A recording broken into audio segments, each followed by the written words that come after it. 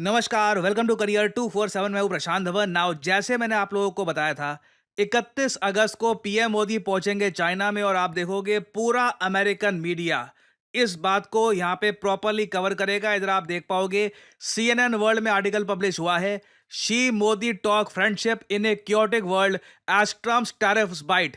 ये लोग कह रहे हैं कि दोनों देशों पर आज के समय ट्रंप के टैरिफ्स की गाज गिर रही है और इसलिए दोनों देश इकट्ठा आ चुके हैं। और ना सिर्फ सीएनएन, आप देखोगे पिछले एक हफ्ते में अमेरिकन मीडिया ने एक्सटेंसिवली ये बात कवर करी है कि डोनाल्ड ट्रंप के टैरिफ ने इंडिया और चाइना को बिल्कुल इकट्ठा ला दिया है। ना सिर्फ इंडिया चाइना को, ये लोग तो कह रहे हैं कि इंडिया अब और ज्यादा करीब आ चुका है चाइना और रशिया दोनों के, जो ये टैरिफ ट्रंप ने लगाए हैं, जिससे सोचा गया था कि इंडिया रशिया से दूर हो जाएगा, इंडिया यूएसए की बात मानना स्टार्ट कर देगा। इसका बिल्कुल विपरीत इफेक्ट यहां पे हो रहा है और बताया जा रहा है अगले महीने तो इंडिया मोस्ट प्रोबेबली 10 से लेकर 20% ज्यादा क्रूड ऑयल परचेज करेगा रशिया का। ऑलमोस्ट आप कह लीजिए एज ए स्टेटमेंट हम वेस्टर्न वर्ल्ड को बताएंगे कि अभी तो हम रशिया का और ऑयल परचेज करेंगे। इंटरेस्टिंग बात देखिए, यूएस एज ऑफ नाउ पूरी कोशिश कर रहा है लॉबिंग के जरिए कि जिस तरीके से ट्रंप ने टैरिफ लगा दिए हैं भारत पर, यूरोपियाई देश जिसमें जर्मनी, फ्रांस और कई और देश आते हैं, वो भी उसी तरीके से भारत पर टैरिफ लगाएं। इवन दो अजीब बात यहां पर देखिए, इंडिया से बहुत सारा डीजल एक्सपोर्ट किया जाता है यूक्रेन को। इंडिया एक्चुअली आज के समय सबसे ज्यादा बड़ा सप्लायर है यूक्रेन का फॉर डीजल, बट स्टिल जिस तरीके से डोनाल्ड ट्रंप लगातार भारत को टारगेट कर रहे हैं, अब इंडिया और चाइना बिल्कुल मैं कहूंगा काफी करीब आ चुके हैं। पीएम मोदी चाइना में गए, इनका भव्य वेलकम हुआ है और जाते ही शी जिनपिंग से इनकी बात हुई है जो 20 से 30 मिनट बताया जा रहा है शेड्यूल से ज्यादा आगे गई है। यूजुअली जो ये मीटिंग्स होती है इनका एक शेड्यूल होता है कि इतने मिनट की मीटिंग होगी, उसके बाद लीडर्स आगे बढ़ेंगे, उनके कई और इवेंट्स होते हैं। बट यूजुअली आप जियोपॉलिटिक्स में देखोगे जब एक मीटिंग ज्यादा लंबी चल जाती है, 10 15 20 30 तो खैर बहुत ज्यादा हो जाता है, उस केस में यूजुअली माना जाता है कि लीडर्स बहुत ज्यादा डीप लेवल पर एंगेज कर रहे हैं, नए आइडियाज डिस्कस किए जा रहे हैं, नई पॉसिबिलिटीज डिस्कस की जा रही है। और जो चाइना से जो मीडिया सोर्सेज बता रहे हैं, पीएम मोदी और शी जिनपिंग की बहुत अच्छी बातचीत हुई है।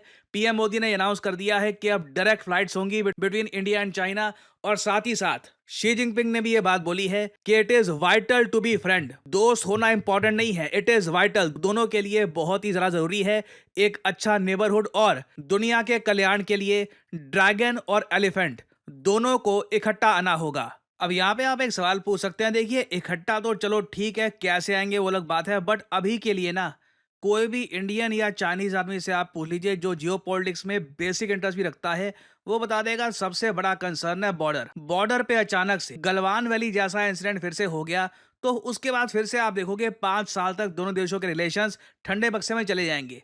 हम क्या कर सकते हैं कि ऐसे इंस्टेंसेस फ्यूचर में ना हो? इसके लिए देखिए बॉर्डर स्टेबिलिटी को मेंटेन करने का एक मैकेनिज्म लाने की बात की गई है। भारत और चाइना दोनों की तरफ से स्पेशल रिप्रेजेंटेटिव्स ये डिप्लॉय किए जाएंगे बॉर्डर मैनेजमेंट के लिए और इंश्योर किया जाएगा कि इंडिया चाइना की जो एक बड़ी बॉर्डर है, जहां पे अभी भी इंटरनेशनल बॉर्डर कई जगह अभी तक एस्टैब्लिश हुई नहीं है, एक लाइन ऑफ एक्चुअल कंट्रोल सी बनी हुई है, वहां पर कल को फिर से फिक्शन ना हो जाए।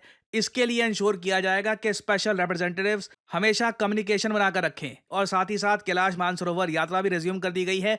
इंटरेस्टिंग बात देखिए, भारत ने चाइना को कॉन्स्टेंटली ये कहा है कि हम बॉर्डर का परमानेंट सोल्यूशन चाहते हैं। हम चाहते हैं चाइना के साथ हमारा कोई लाइन ऑफ एक्चुअल कंट्रोल ना हो, जो डिस्प्यूट्स हैं, जो भी पुराना जो भी इशू है, इसको हम डिप्लोमेटिकली रिजॉल्व करें और एक इंटरनेशनल बॉर्डर बने प्रॉपरली, ताकि कल को ये चांस ही ना हो कि चाइना के सोल्जर्स हमारी तरफ आने की कोशिश कर रहे हैं। इस चीज को लेकर अभी तक ना कोई प्रॉपर डेवलपमेंट अभी तक दिखी नहीं है। चाइना ने बोला है कि ये भी बॉर्डर का इशू रिजॉल्व करना चाहते हैं, बट घूम फिर के बात यही आती है कि बॉर्डर का इशू रिजॉल्व होगा कैसे? क्या चाइना अक्साई चीन से पीछे हटेगा या चाइना अरुणाचल प्रदेश पर जो क्लेम चाइना का है इसको छोड़ देगा? This will be very interesting to see. But PM Modi ने यहां पर ओपनली बोला है कि 1/3 मानवता, जो टोटल ह्यूमन पॉपुलेशन आज के समय बताई जाती है, 8 बिलियन से भी ऊपर पहुंच चुकी है। 8 बिलियन में से 2.8 बिलियन लोग तो भारत और चाइना में ही हैं और पीएम मोदी ने इसलिए कैटेगोरिकली कहा है कि जो इंटरेस्ट हैं 2.8 बिलियन लोगों के, ये बिल्कुल लिंक्ड है हमारी कोऑपरेशन पे, कि भारत और चाइना की सरकार की कोऑपरेशन जैसे होगी उसी के बेसिस पर 1/3 मानवता कैसे आगे बढ़ेगी, कैसे डेवलप करेगी, इसी पर निर्भर करता है। नाउ ऑब्वियसली आप सब यहाँ पे एक सवाल ये पूछोगे कि व्लादिमीर पुतिन भी क्या चाइना पहुंच चुके हैं? क्या RIC की ग्लिम्स देखने को मिलेगी? देखिए, रशिया ने अपनी तरफ से ये वीडियो करी है रिलीज। व्लादिमीर पुतिन बिल्कुल चाइना पहुंच चुके हैं।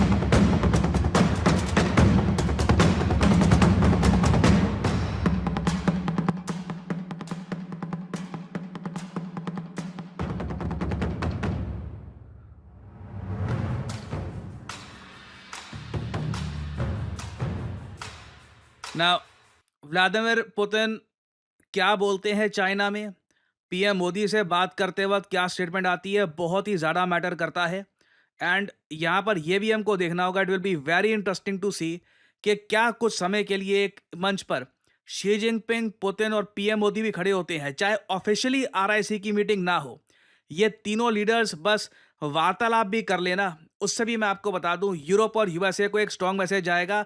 और हो सकता है कि डोनाल्ड ट्रंप यही सब कहकर यूरोप पर और प्रेशर डाले कि देखिए, इंडिया तो शी जिनपिंग और व्लादिमीर पुतिन दोनों के साथ मीटिंग कर रहा है चाइना में, हमें इंडिया पे और टैरिफ डालने होंगे। ट्रंप आज के समय टेस्ट करना चाहते हैं कि इंडिया US रिलेशंस किस हद तक टूट सकते हैं। अभी भी आपको बता दूं, जो 4 फंडामेंटल एग्रीमेंट्स इंडिया US के बीच में हो चुके हैं, जब तक वो अभी भी खड़े हैं, मैं कहूंगा कि इंडिया US रिलेशंस वापस रिकवर कर सकते हैं। जैसे ही वो 4 एग्रीमेंट्स कॉमकासा, बेका, लेमोआ, GSOMIA जैसे ही वो टूटना स्टार्ट कर देते हैं, फिर मैं कहूंगा कि इंडिया US रिलेशंस प्रॉपरली अब 40-50 साल पीछे जा चुके हैं।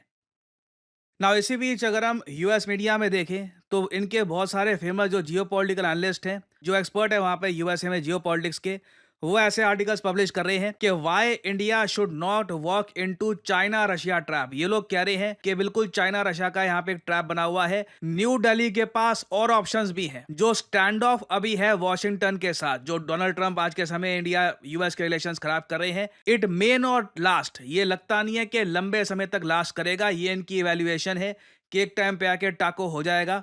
टाको की उम्मीद सबको है, ना सिर्फ इंडियंस को। इवन US में जो जियोपॉलिटिकल एनालिस्ट हैं, सब लोग कह रहे हैं कि इवेंचुअली टाको होना ही है।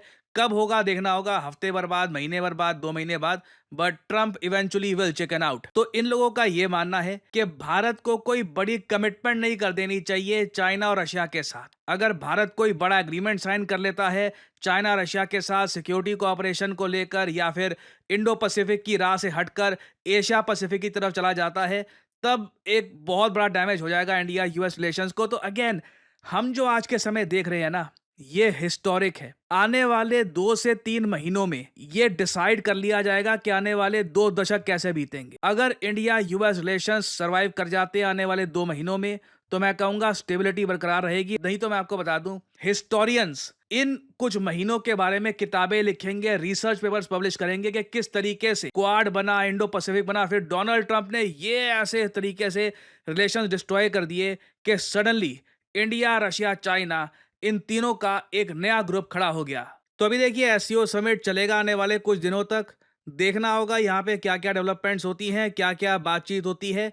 तियानियन में अभी बहुत सारी बातें होंगी, बहुत सारे एग्रीमेंट साइन होंगे, कुछ अपडेट्स आती हैं तो मैं आपके लिए अपडेटेड वीडियोस लाता रहूंगा। नाउ फाइनली यहाँ पे आप लोगों से मैं एक MCQ भी पूछूंगा। क्वेश्चन ये है कि भारत की जो GDP ग्रोथ रेट रही है Q1 में ऑफ 2026, ये कितनी रही है? इस पर मैंने एक वीडियो भी करी है अपलोड। पूरी दुनिया में ये नंबर काफी वायरल हुआ था। ये है यहाँ पे आपकी ऑप्शंस: 6.5%, 10%, 7.8% या 5%। कमेंट सेक्शन में करिए उत्तर। जो लोग देंगे सही आंसर, उनकी कमेंट को मैं दे दूंगा हार्ट, ताकि बाकी लोग समझ पाएं कि सही उत्तर क्या है। ना पिछले कुछ महीनों में करियर 247 ने कई लोगों की नौकरी लगवाई है। For example axis bank, federal bank में आप अगर देखें तो 200 से ऊपर लोगों की नौकरी हम लगवा चुके हैं। वो लोग अभी अपने ट्रेनिंग पीरियड में हैं and their job will begin very soon. और लोग कॉन्स्टेंटली हमसे पूछते हैं कि जॉब मार्केट में कल को अगर हम जाते हैं तो एक अच्छी जॉब पाने के लिए क्या स्किल सेट हमारे पास होना चाहिए, क्या हमारे पास होना चाहिए कि कल को कोई AI कंपनी हमको हायर करे, हमारा अच्छा सैलरी पैकेज हो, इवेंचुअली हम भी 10 lakh per annum, perhaps 15 lakh per annum की तरफ देखें after some years of experience. तो मैं यहाँ पे आपको बता दूं, one of the most in demand skills in the world right now आज के समय है डेटा साइंस। आप अगर डेटा को लेकर देखें, आपको ये बात तो ऑलरेडी पता होगी कि data is the new oil. और डेटा से रिलेटेड 3 जॉब्स हैं प्राइमरली जो मार्केट में डोमिनेट कर रही हैं। पहले तो है डेटा साइंटिस्ट, फिर है डेटा इंजीनियर्स और फिर डेटा एनालिस्ट्स। इन तीनों की आवश्यकता आप देखोगे आज के समय मॉडर्न डे स्टार्टअप्स में, कंपनियों में, हर जगह है। मैं आपको ये बता दूं, ओपन एआई ने रिसेंटली ये बताया है कि भारत उनके लिए सेकंड लार्जेस्ट मार्केट है और बहुत ही जल्द ओपन एआई भारत में एक हायरिंग कैंपस भी ओपन करेगा। आप देखोगे इन द फ्यूचर बहुत सारे लोग AI engineers, data engineers Bharat से निकलेंगे, डेटा साइंटिस्ट भारत से निकलेंगे और ये ना सिर्फ भारतीय कंपनियों के लिए, मल्टीनेशनल कंपनीज के लिए काम करेंगे भारत में। अभी भी आप देख लीजिए टीसीएस, इन्फोसिस, वेरियस कंपनियों में डेटा साइंटिस्ट की वैकेंसी निकलती रहती है और आप अगर एक फ्रेशर है तो आराम से आप साल का 5 लाख पर एनम एक्सपेक्ट कर सकते हैं। धीरे धीरे as you gain experience as a data scientist, कई डेटा साइंटिस्ट हैं आज के समय जो 15 lakh per annum, 20 lakh per annum भी इंजॉय कर रहे हैं सैलरी पैकेज का easily with reasonable amount of experience. तो करियर 247 आपके लिए यहाँ पे लेके आया है आर डेटा साइंटिस्ट कोर्स, जो आपको तैयार करेगा, आपको स्किल्स देगा to become a data scientist. यहाँ पे ऐसा नहीं है कि प्री रिकॉर्डेड लेक्चर्स आपको मिल जाएंगे, देख लिया ठीक है काफ़ी है। लाइव लेक्चर्स आपको मिलेंगे बहुत सारे और उन लाइव लेक्चर्स के दौरान आप क्वेश्चन पूछ सकते हैं, आप जेन्युइनली चीज़ों को समझ सकते हैं, टीचर से वार्तालाप कर सकते हैं। और एक बार आपने डेटा साइंस की स्किल एक्वायर कर ली, मैं आपको बता दूं दुनिया भर में रिपोर्ट छपी है कि 2026 तक मतलब कि 1 करोड़ से भी ज़्यादा डेटा साइंस की नौकरी आने वाली है। There will be a lot of jobs not just in India, Dubai में, यूरोप में, यूएस में, हर जगह। और डेटा साइंटिस्ट आराम से 20 से 30% ज़्यादा कमाते हैं compare to professionals from other background. तो अगर आप खुद को एज ए डेटा साइंटिस्ट देखते हैं, आपको करना सिंपली क्या है, जो वीडियो आप देख रहे हैं इसकी कमेंट सेक्शन में जाइए, यहाँ पे आपको लिंक मिल जाएगा हमारे data science and machine learning generative AI course का। और याद रखिएगा, हम यहाँ पर सिर्फ डेटा साइंस आपको नहीं सिखा रहे, हम आपको सिखाएंगे कि जनरेटिव एआई के साथ कैसे डेटा साइंस की स्किल एक्वायर करनी है। This is what the companies are looking for. इस यहाँ पर लिंक पर करिए क्लिक, आपके सामने ये पेज ओपन हो जाएगा। बाय द वे मैं आपको बता दूं, हमारा डेटा साइंस का जो बैच है इसकी पहली क्लास कुछ ही दिनों में स्टार्ट होने वाली है। तो ये एक बहुत अच्छा टाइम है हमारे बैच को ज्वाइन करने का, क्योंकि पहली क्लास से आपका कोर्स स्टार्ट हो रहा होगा। You will learn everything from the beginning. 300 घंटों की लाइव वर्चुअल ट्रेनिंग यहाँ पे आपकी होगी। आपको एक NASSCOM और करियर 247 का सर्टिफिकेट मिलेगा और 15 से ज़्यादा इंडस्ट्री लीडिंग टूल्स आपको सिखाए जाएंगे। तो अगेन मैं आप सबको सिंपली यही कहूँगा, डेटा साइंटिस्ट के बारे में पढ़िए। आपको लगता है कि एक अच्छा करियर ऑप्शन आपके लिए बन सकता है, ये एक ऐसी स्किल है that can really help you in your life.